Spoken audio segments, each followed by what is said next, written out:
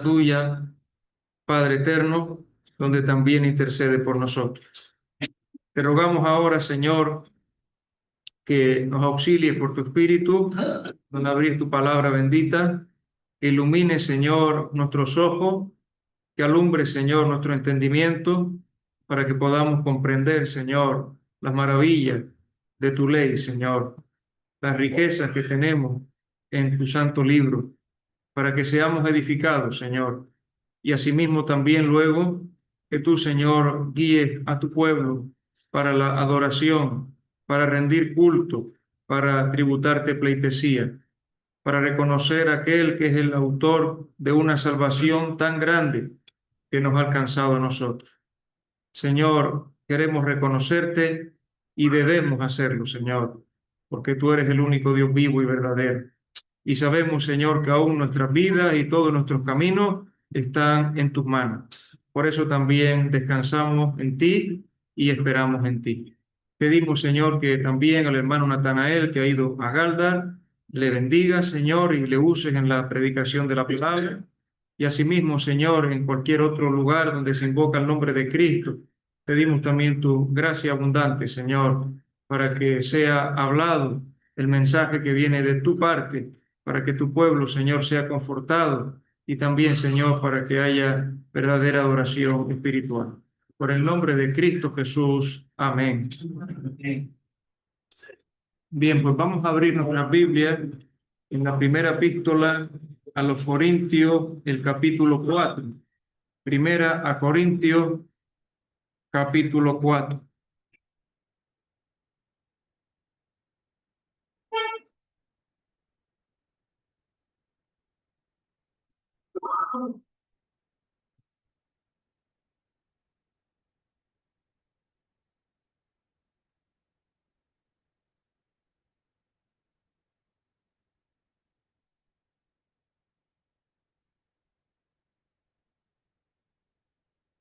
Y vamos a hacer lectura juntos de los 5 primeros versículos. Primera Corintios, capítulo 4, los versículos del 1 al 5.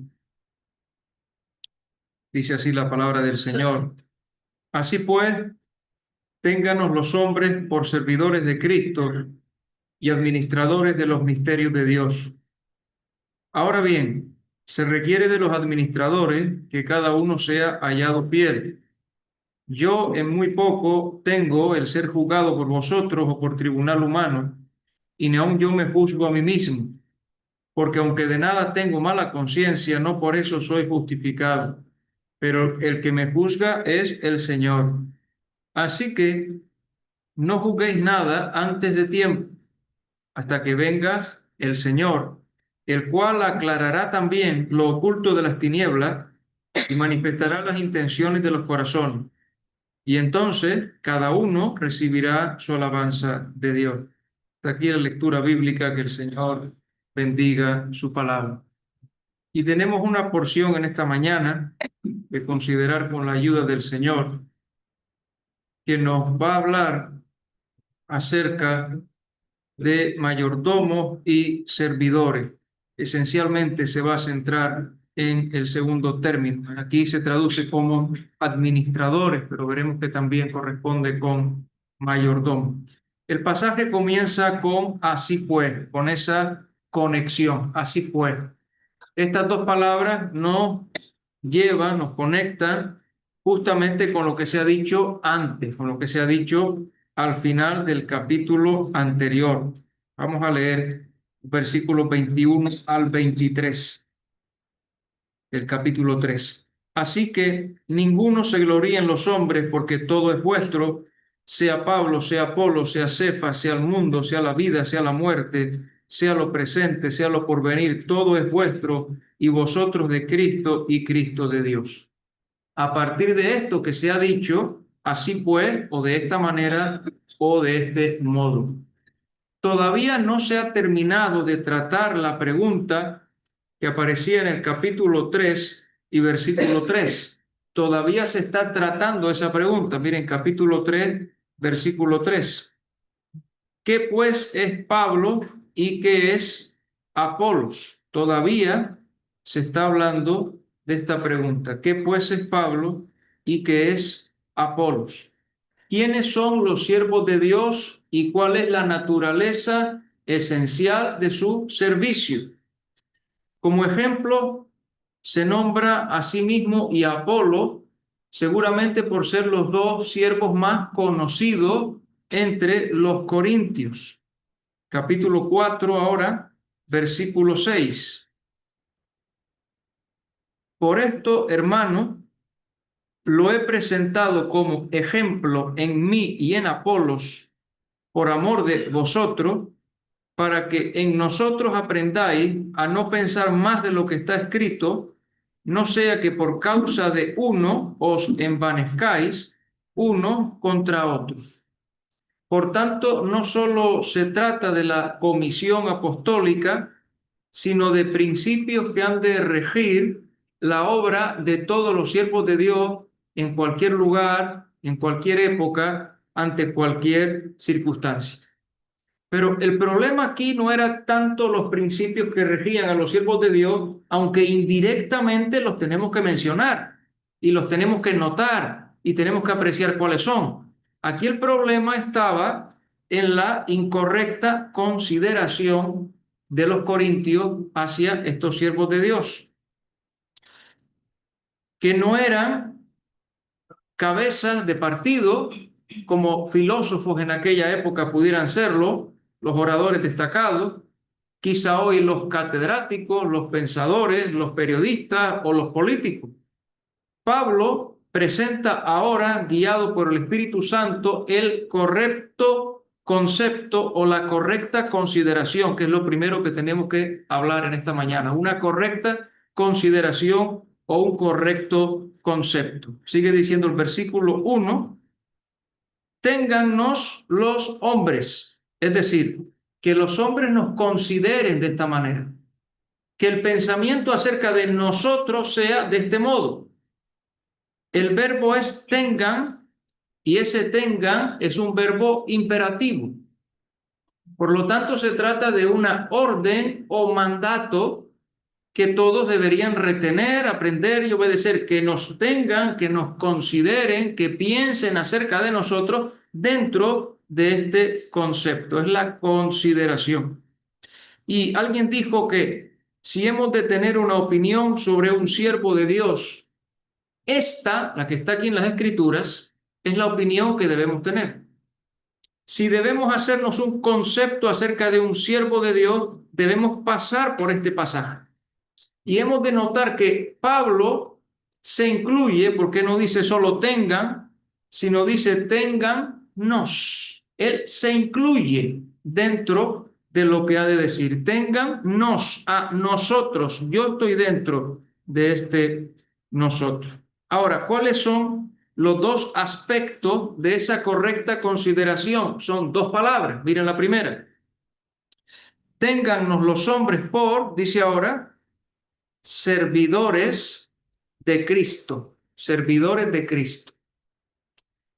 Y esto es notable porque al final del capítulo 3 que acabamos de leer nosotros, al final del capítulo 3, se acababa de hablar, lo decíamos en la anterior ocasión, del error de los falsos maestros que tratan de arrastrar tras sí a la gente, tratan de hacerse propietarios de la gente.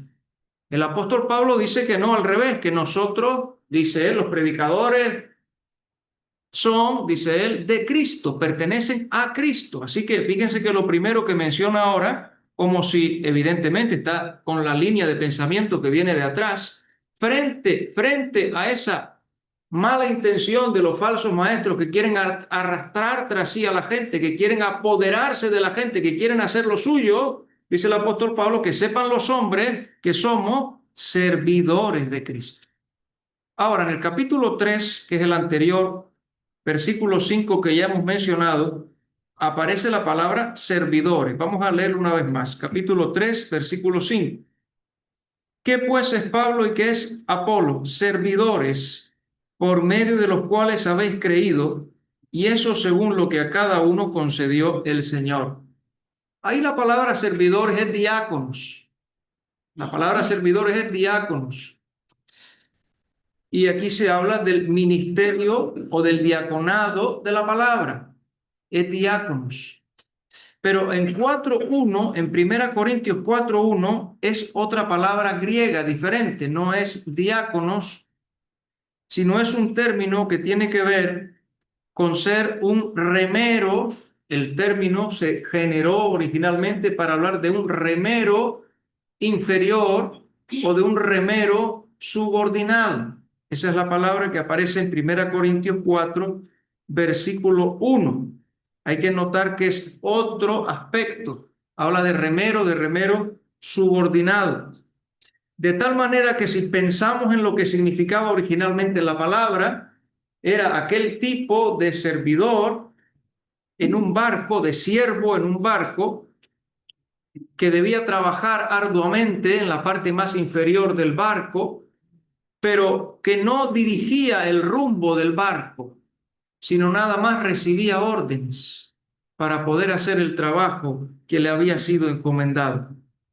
Por eso este término, remero subordinado, luego se llega a usar de manera general para referirse a cualquier persona que está en sujeción de otra, a cualquier persona que tiene que obedecer órdenes de otro, a cualquier siervo que tiene que ayudar a otro siguiendo las instrucciones que le son dadas, recibiendo órdenes y estando dispuesto también para rendir cuentas cuando sea preciso.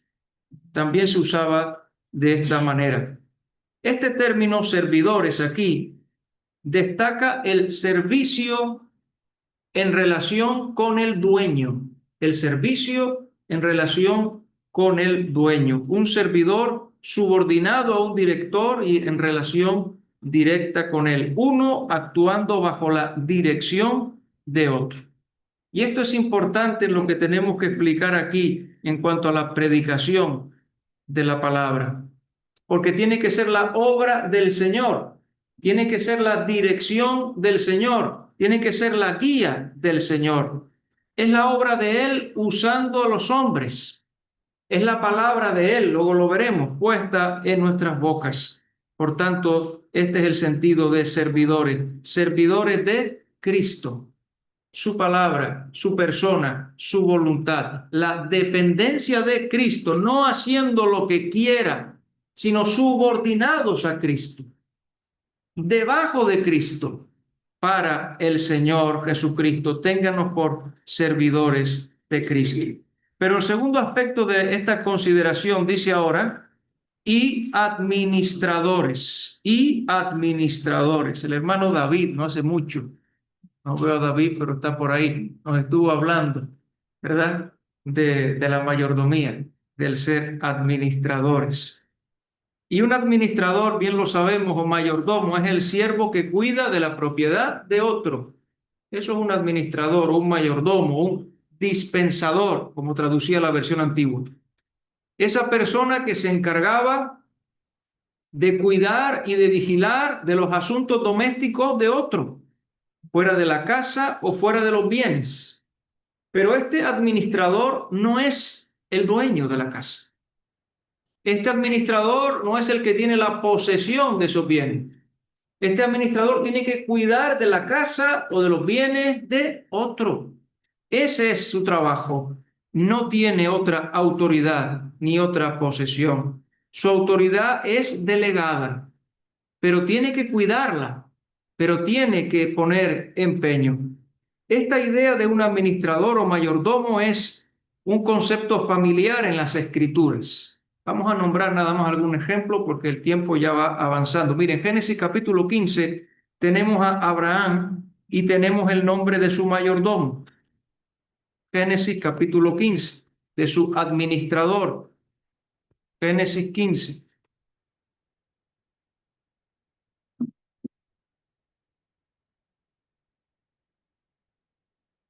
Génesis 15, versículo 2.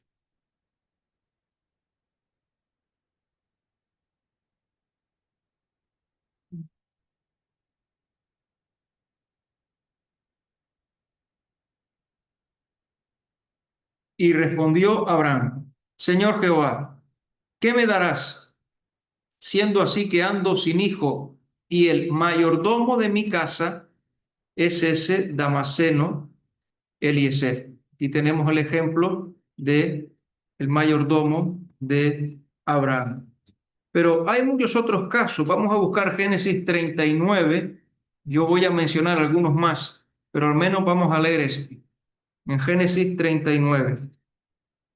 En el caso de Génesis 39, Génesis 39, vamos a leer del versículo 5 al 9. No vamos a ver la palabra mayordomo, pero sí vamos a ver la explicación de lo que es un mayordomo o un administrador, la explicación aplicada a José cuando está en casa de Potifar. Tenemos en el versículo 4 la palabra mayordomo, no se repite después en el versículo 5 en adelante. Vamos a leer el 4, pero acá vemos la palabra mayordomo, y así sí la leemos, venga, es del 4.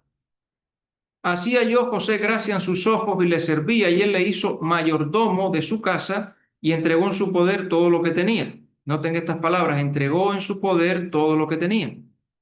Y aconteció que desde cuando le dio el encargo de su casa y de todo lo que tenía, Jehová bendijo la casa del egipcio a causa de José, y la bendición de Jehová estaba sobre todo lo que tenía, así en casa como en el campo. Y noten de nuevo, y dejó todo lo que tenía en mano de José, y con él no se preocupaba de cosa alguna sino del pan que comía. Y era José de hermoso semblante y bella presencia. Aconteció después de esto que la mujer de su amo puso sus ojos en José y dijo, duerme conmigo. Y él no quiso, y dijo a la mujer de su amo, he aquí que mi señor no se preocupa conmigo de lo que hay en casa. Y de nuevo dice, y ha puesto en mi mano todo lo que tiene. No hay otro mayor que yo en esta casa, y ninguna cosa me ha reservado sino a ti, por cuanto tú eres su mujer. ¿Cómo pues haría yo este grande mal y pecaría contra Dios? Notamos cómo se explica aquí con claridad cuál era la función del mayordomo. Luego el propio José en Génesis 44 también se nombra que tenía mayordomo. Voy a saltar simplemente, doy la cita nada más, Génesis 44:1 del rey David en Primera de Crónicas 28, primer libro de Crónicas 28:1, se habla que tenía administradores o mayordomos de toda su herencia, de toda la hacienda, perdón, y posesión del rey y de sus hijos, etc. Entonces entendemos que estos administradores o mayordomos eran esclavos de categoría superior que administraban los bienes del Señor al cual servían, y además que ordenaban el trabajo de los esclavos inferiores, que además tenían una labor de supervisión sobre los trabajos de los esclavos inferiores. Miren por favor Lucas capítulo 12 para poder ver un poco más, entender un poco más lo que implica este término. Lucas capítulo 12, donde tenemos la parábola del mayordomo fiel y prudente. Lucas 12, versículo 41, vamos a leer hasta el 46. Lucas 12, 41 al 46.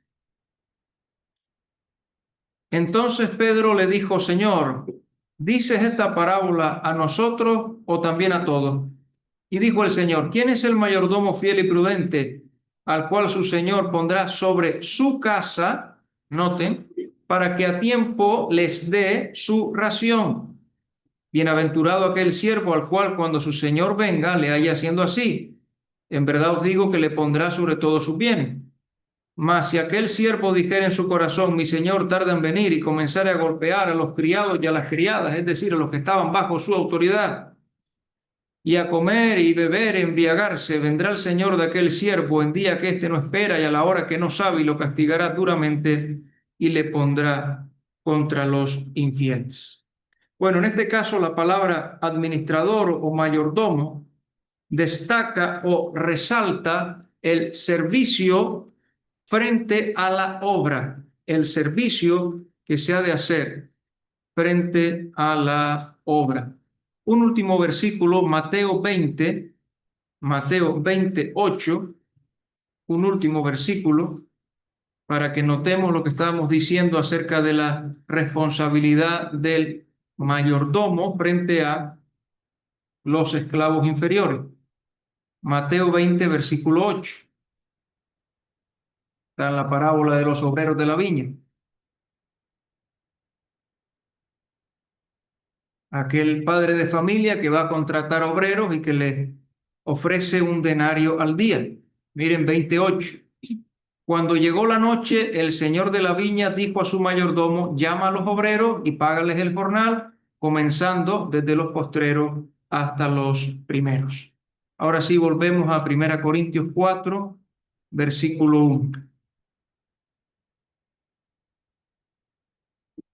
¿A qué administración o a qué mayordomía nos estamos refiriendo en este caso? ¿A qué administración o a qué mayordomía? Que los hombres consideren a los siervos de Dios de esta manera que estamos diciendo, servidores de Cristo y administradores de ¿qué? Dice ahora, de los misterios de Dios. Cuando en la Escritura se habla de misterio, se refiere a aquellas verdades que permanecieron ocultas en Dios hasta que Él las dio a conocer, hasta que Él las ha revelado. Y lo hizo a través de los apóstoles y de los profetas del Nuevo Testamento. Las tenemos en las Sagradas Escrituras. Miren, por ejemplo, Efesios capítulo 3, versículos 4 y 5. Esto es lo que administraban los misterios de Dios. Efesios capítulo 3, versículos 4 y 5.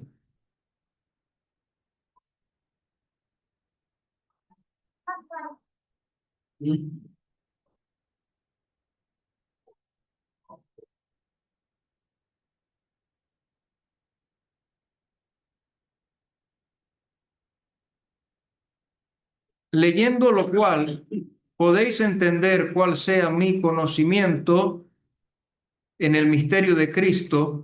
Y dice ahora, misterio que en otras generaciones no se dio a conocer a los hijos de los hombres, como ahora es revelado a sus santos apóstoles y profetas por el Espíritu. Si quieren podemos leer un poco más para ver a qué se refiere aquí. Que los gentiles son coherederos y miembros del mismo cuerpo y copartícipes de la promesa en Cristo Jesús por medio del Evangelio. Y de la misma manera, 1 Corintios capítulo 2, 1 Corintios capítulo 2, versículos 7 al 10. 1 Corintios 2, 7 al 10. Tenemos aquí de nuevo la palabra misterio. Mas hablamos sabiduría de Dios en misterio, la sabiduría oculta, la cual Dios predestinó antes de los siglos para nuestra gloria, la que ninguno de los príncipes de este siglo conoció, porque si la hubieran conocido nunca habrían crucificado al Señor de gloria. Antes bien, como está escrito, cosas que ojo no vio, ni oído oyó, ni han subido en corazón de hombre, son las que Dios ha preparado para los que le aman. Pero Dios nos las reveló a nosotros por el Espíritu, porque el Espíritu todo lo escudriña, aún lo profundo de Dios. Así que lo que administraban eran los misterios de Dios.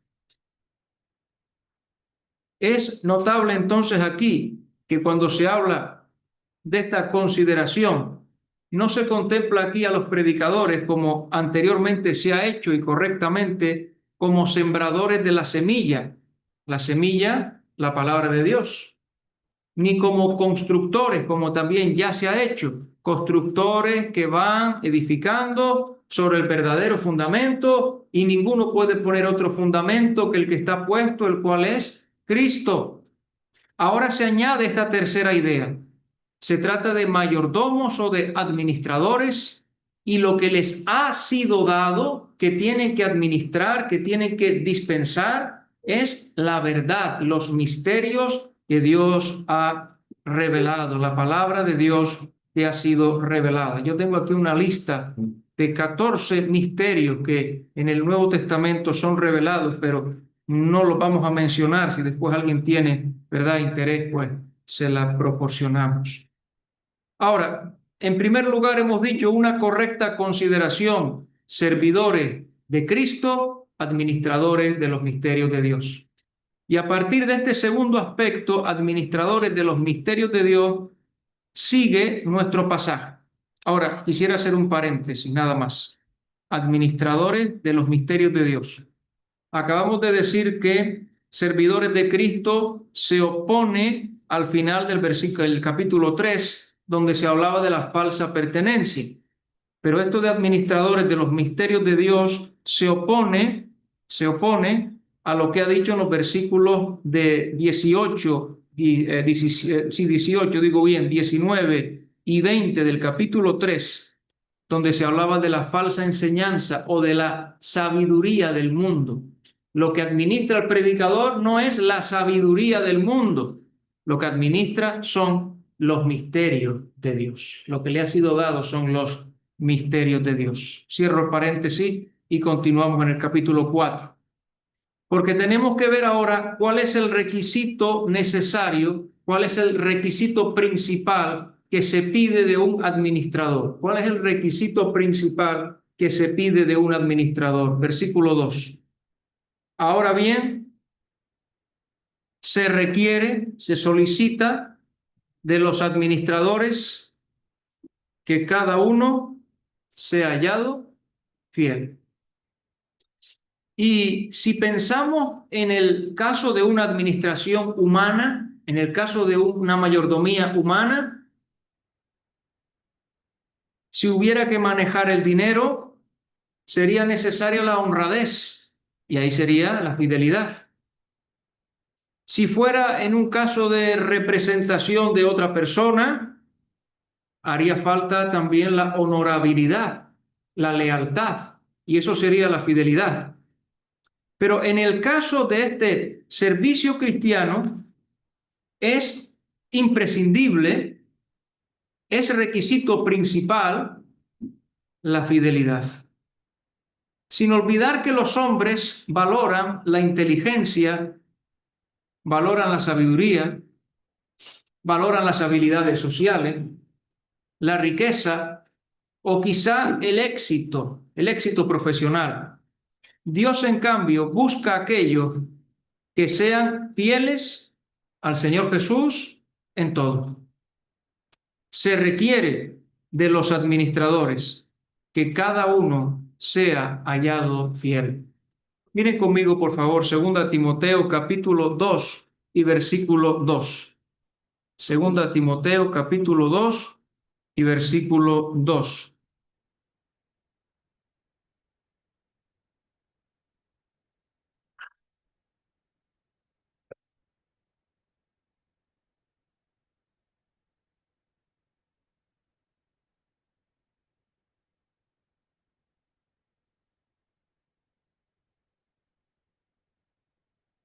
Dice así: lo que has oído de mí ante muchos testigos, esto encarga a hombres, noten que dice ahora, fieles, que sean idóneos para enseñar también a otros. La primera palabra que se emplea ahí es fieles. Una palabra fiel es aquel que es digno de confianza. Timoteo aquí en este pasaje, 2 Timoteo 2:2, había de encargar la verdad a hombres fieles, a hombres no solamente creyentes, sino que fueran dignos de confianza, que fueran personas confiables, porque obraban conforme a la voluntad del Señor. Primer libro de Samuel, capítulo 3 y versículo 20. En este caso nos habla del profeta Samuel, primer libro de Samuel, capítulo 3 y versículo 20. Estamos notando que los administradores deben ser fieles. Primer libro de Samuel 3:20. Y la administración tiene que ver con la palabra de Dios, con los misterios de Dios. Primer libro de Samuel 3, versículo 20. Dice, y todo Israel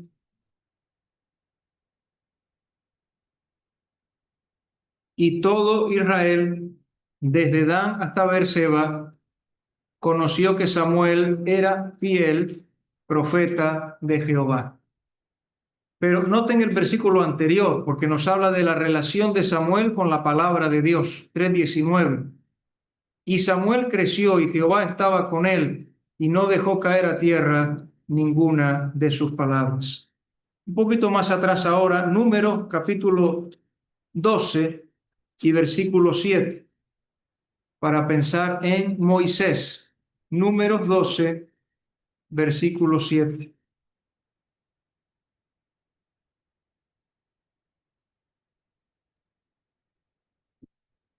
Luego esta cita se repite en la epístola a los Hebreos. Números 12, versículo 7. No así a mi siervo Moisés, que es fiel en toda mi casa.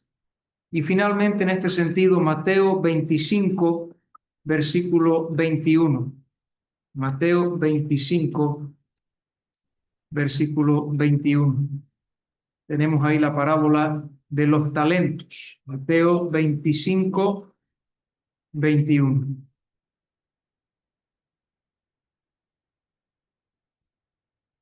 25, 21.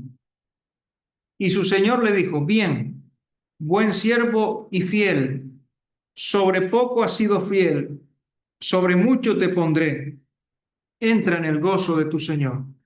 Y si leyéramos la parábola, notaríamos que hay aquí una enseñanza clara acerca de que todos aquellos que sean fieles darán fruto en alguna medida. Habrá fruto de la fidelidad. La fidelidad será recompensada con fruto. Así que tenemos en primer lugar una correcta consideración y en segundo lugar un requisito necesario, que es el de la fidelidad. Pero en tercer lugar, tenemos que mirar ahora la evaluación de la administración o de la mayordomía. Versículo 3. Evaluación de la administración o de la mayordomía. El versículo 3 nos habla de una evaluación humana, de un examen humano. De esta evaluación humana o de este examen humano, leemos en las Escrituras: yo en muy poco tengo. Ese yo en muy poco tengo quiere decir, para mí esto cuenta muy poco. Para mí esto que voy a decir ahora, cuenta muy poco. ¿Qué es lo que cuenta muy poco? El examen humano. La fidelidad demandada de los administradores es de difícil, muy difícil evaluación correcta por parte de los hombres. Difícil evaluación por parte de los hombres. Por eso dice: yo en muy poco tengo, para mí cuenta muy poco. Los hombres son incompetentes para emitir un juicio recto, equilibrado, exacto acerca de la fidelidad de la administración de alguien que sirve a Dios. Pero no podemos negar que es una situación común, que es una situación frecuente a veces, que los siervos de Dios suelen quedar bajo el examen, bajo la observación y bajo el juicio de otras personas. Hay tres aspectos acerca de ese examen humano. Vamos a mirarlos, esos tres aspectos que el apóstol dice que deben contar muy poco, pero son comunes, ocurren. Miren, el primer aspecto del examen humano dice: el ser juzgado por vosotros. Y eso querría decir el ser juzgado por otros creyentes. Otros creyentes evalúan y muchas veces enjuician la obra de aquellos que están en el servicio del Señor. Podríamos decirlo de manera genérica: los que predican la palabra. El ser juzgado por vosotros habla de los santos en Corinto. El verbo juzgado aquí significa discernir o determinar la excelencia o los defectos de una persona o de una cosa. Así que se discierne y se llega a una conclusión acerca de la excelencia o de los defectos, de la falta de una persona o de una cosa. Y por lo tanto, este verbo juzgar puede también usarse para referirse al resultado del examen. Por ejemplo, en el capítulo 9, versículo 3, vamos a mirar ese versículo, 1 Corintios 9, 3. El verbo es el mismo que tenemos aquí, juzgado, y los traductores han entendido que aquí está el resultado del juicio. Dice, contra los que ¿qué dice ahora? Podría ser examinan la palabra, podría ser disciernen la palabra, podría ser juzgan la palabra, pero por el contexto se ha entendido es la misma palabra, que aquí tenemos el resultado. ¿Y cuál es el resultado que ha salido? Acusatorio. Contra los que me acusan, esta es mi defensa. Los críticos en Corinto habían investigado a Pablo con lupa para hallarle faltas y le estaban acusando. Qué triste es cuán a menudo un siervo del Señor está bajo el microscopio y sometido a acusaciones y a críticas. Y seguramente habrá de decirse, aunque no sea necesario, pues todos lo sabemos, que el apóstol Pablo tenía una integridad, una fidelidad, y aún más adelante nos va a hablar de la limpieza de su conciencia, pero estaba sujeto a la crítica, pero estaba sujeto a la acusación. Contra los que me acusan, dice, esta es mi defensa. Y deberíamos decir que los corintios eran los menos indicados para emitir juicio. Y a veces ocurre tristemente que cuando uno está mal, cuando uno tiene distorsionada la visión propia, ve las cosas mal de los demás. Eso ocurre frecuentemente. Pero miren, Pablo dice, esto no me preocupa, esto para mí cuenta muy poco. Dice, yo en muy poco tengo el juicio humano. En este caso, el primer tipo de juicio humano era el de los creyentes en Corinto. Seguimos viendo el segundo tipo de juicio humano. Dice, o por tribunal humano. Y posiblemente ahí en tribunal humano está pensando en el juicio del mundo, en el juicio de cualquier persona. Y evidentemente las personas no entienden el ministerio cristiano. Y evidentemente las personas critican a los predicadores. Y evidentemente las personas del mundo ven cosas donde no las hay y entienden cosas donde no deberían comprenderlas. También para esto él dice, se aplica, esto me preocupa muy poco. No me causa preocupación. El término tribunal humano es una manera de trasladar a nuestro idioma dos palabras griegas que serían día del hombre, día del hombre.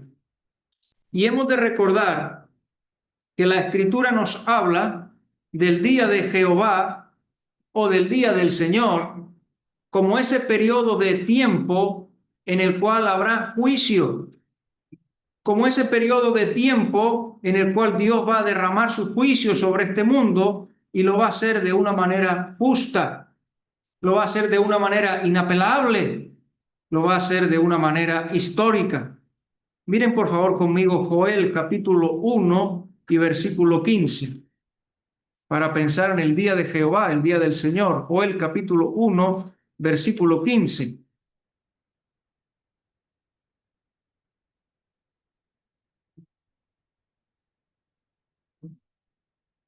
Joel capítulo 1, versículo 15.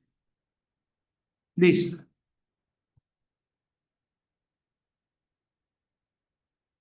ay del día, porque cercano está el día de Jehová y vendrá como destrucción por el Todopoderoso. Capítulo 2 y versículo 11. Joel 2, 11.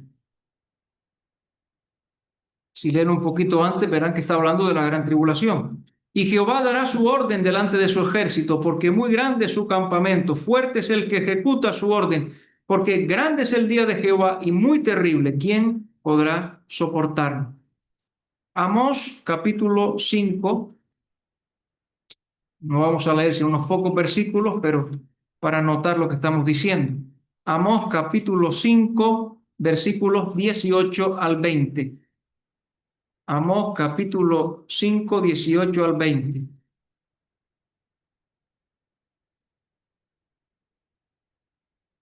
Ay de los que desean el día de Jehová. ¿Para qué queréis este día de Jehová? Será de tinieblas y no de luz, como el que huye de delante del león y se encuentra con el oso, o como si entrara en casa y apoyare su mano en la pared y le muerde una culebra. ¿No será el día de Jehová tinieblas y no luz, oscuridad que no tiene resplandor? Y finalmente, primera a Tesalonicenses capítulo 5, versículos 2 y 3. Primera a Tesalonicenses capítulo 5, versículos 2 y 3. Día de Jehová o el día del Señor.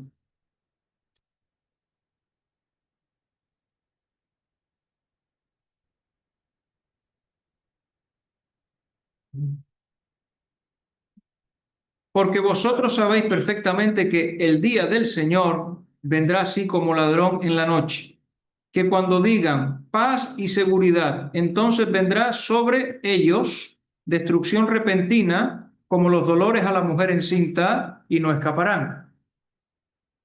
El día del Señor tiene que ver con la iglesia o tiene que ver con el mundo. ¿Qué dice el pasaje? ¿Vendrá sobre nosotros? No, vendrá sobre ellos. Ya la iglesia habrá sido arrebatada. Ya la iglesia no estará aquí.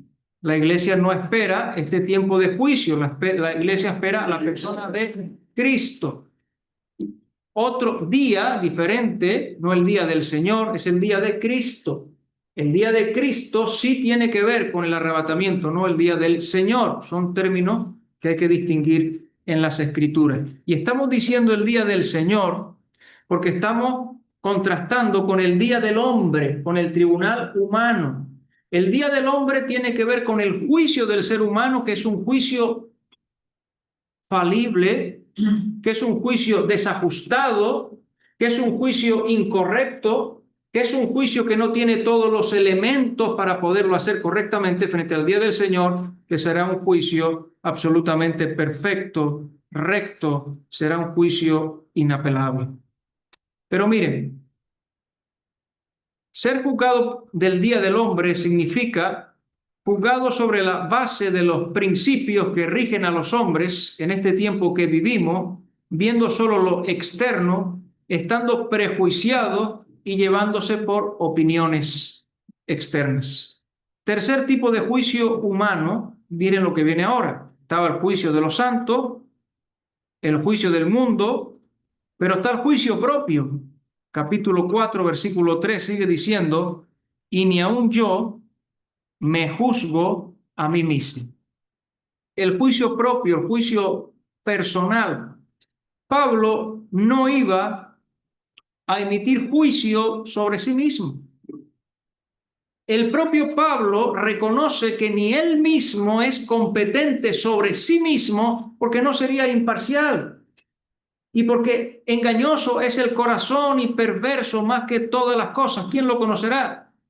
Yo, Jehová, que escudriño la mente y el corazón para dar a cada uno conforme a sus obras. Y tenemos que decir con el salmista, examíname, Señor, y conoce mi corazón, pruébame y conoce mis pensamientos, y ve si hay en mí camino de perversidad, y guíame en el camino eterno. Pero nosotros mismos, hermanos, no somos competentes. Bueno, lo diríamos cualquiera de nosotros, pero lo dice el apóstol Pablo. Lo dice el apóstol Pablo, que era un siervo de Dios, que era un hombre entregado al evangelio, que era un hombre, diríamos, excepcional, quizá el más grande predicador de todos los tiempos. Él dice, yo no puedo emitir un juicio correcto sobre mí mismo. Ahora tenemos para terminar el juicio correcto, el examen adecuado, que será el examen divino, los versículos 4 al 5. Dice ahora, porque aunque de nada tengo mala conciencia, y eso tiene que ver en el desempeño de su tarea como administrador de los misterios de Dios, y especialmente en Corinto, aunque de nada tengo mala conciencia, no por eso soy justificado, no soy competente para esto. Pero, aquí queremos llegar, el que me juzga es el Señor. Miren Apocalipsis 1, versículo 14. El que me juzga es el Señor. Aquí sí tenemos el examen correcto. Apocalipsis 1, versículo 14. El tiempo ya se nos ha marchado y voy a destacar que la expresión que vamos a mirar aquí aparece 3 veces en Apocalipsis. Esta es la primera. Apocalipsis 1, 14.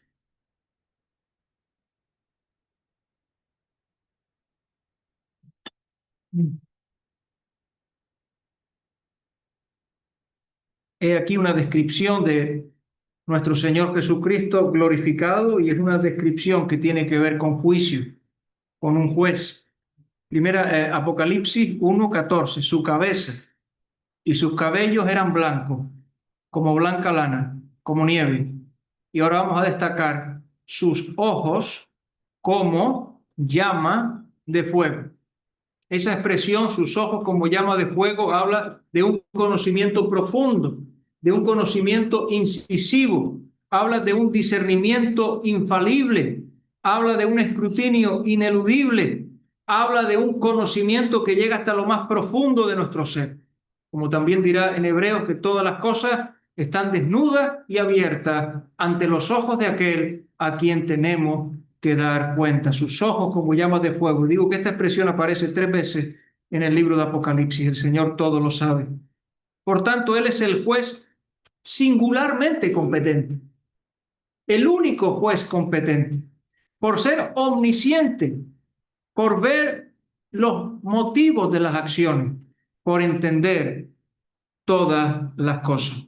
Llegamos a la aplicación de nuestro pasaje en el versículo 5, hablando del examen divino, que es el único correcto. Miren la aplicación del pasaje. El que me juzga es el Señor, es el único competente. Así que, versículo 5, ese así que quiere decir, a la vista de esto, quiere decir, miremos la conclusión, entendamos el resultado. Así que no juzguéis nada antes de tiempo. Por tanto, los juicios que se estaban haciendo, los juicios que eran excesivamente laudatorios de unos e injustamente denigratorios de otros, entre Pablo, entre Apolo, entre Cefas, esos juicios que estaban ocurriendo debían cesar. No juzguéis nada, transmite la idea, que cesen los juicios que se están haciendo. Sigue diciendo, antes de tiempo,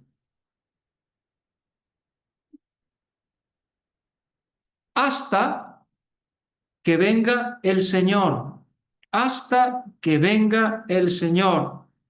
Cuando el Señor venga, esto es el día de Cristo, cuando el Señor venga, en el día de Cristo, no lo leo porque el tiempo ha pasado, para que en el día de Cristo yo pueda gloriarme. He aquí yo vengo pronto y mi galardón conmigo para recompensar a cada uno según sea su obra. Cuando el Señor venga, será el tiempo. Seguimos leyendo. El cual aclarará también lo oculto de las tinieblas, es decir, los secretos, y manifestará las intenciones de los corazones, es decir, las motivaciones internas, que eso no pueden ser conocidas, sino solamente por el Señor. No solamente lo que se ve con los ojos, las obras, sino los motivos internos. ¿Por qué se hizo? Los motivos que estaban escondidos, pero eran la base de la decisión y de la acción, todo será nombrado y abierto. Tomé estas palabras del hermano don Ernesto Trencha. Ante los ojos de los hombres, el valor de la obra depende de la estadística, del tamaño de los edificios que hayan sido levantados o del número de almas que hayan hecho profesión de fe, del monto de dinero que se maneja en las ofrendas. Sin embargo, los hombres no pueden percibir lo más importante, el móvil del servicio, el intento del corazón, el amor que impulsó la actividad. Y termina diciendo, o algo tristemente posible, el deseo de figurar, el deseo de ser visto, el deseo de ser notado. Todo lo que se hizo, ahora tomo de William MacDonald, para la propia exhibición, o para la propia gloria, no recibirá recompensa. Termina el versículo. Y entonces cada uno recibirá su alabanza de Dios. Bueno, una palabra que yo no habría destacado, pero algunos comentaristas lo hacen y por eso me llamó profundamente la atención, es que de todas estas palabras hay que destacar una, y que la palabra sería entonces. No antes de tiempo, entonces. Ese es el momento, entonces. Si ha de haber alguna alabanza, entonces, no antes. ¿Y quién es la persona apropiada? Ya lo hemos dicho, el mismo Señor. El Señor no es injusto, el Señor no olvida, el Señor valora, el Señor ve. Yo conozco tus obras, conoce también nuestros corazones. Todo aquel que merezca alabanza, ese elogio vendrá de parte de Dios, pero vendrá entonces. ¿Quién debe alabar al administrador? ¿Quién debe decirle buen siervo y fiel? No es otro que su amo, aquel para quien administra, aquel a quien sirve. El Señor verá obras de amor y sacrificio, como la de la viuda que dio todo el sustento del día al Señor. Obras que quizá pasan desapercibidas por hermanos y estas obras recibirán la alabanza del dueño y la recompensa correspondiente. Pero recordemos que aquí el tema es cortar de raíz los temerarios juicios de los corintios carnales, recordándoles que estaban usurpando prerrogativas divinas y que es importante que nosotros consideremos, que nosotros veamos a los hermanos que sirven al Señor, aquellos que ministran la palabra, aquellos quizá que están a todo tiempo en la obra también, no les olvidemos, como servidores de Cristo y administradores de los misterios de Dios. Hermanos, que el Señor nos bendiga con su palabra. Amén. Amén.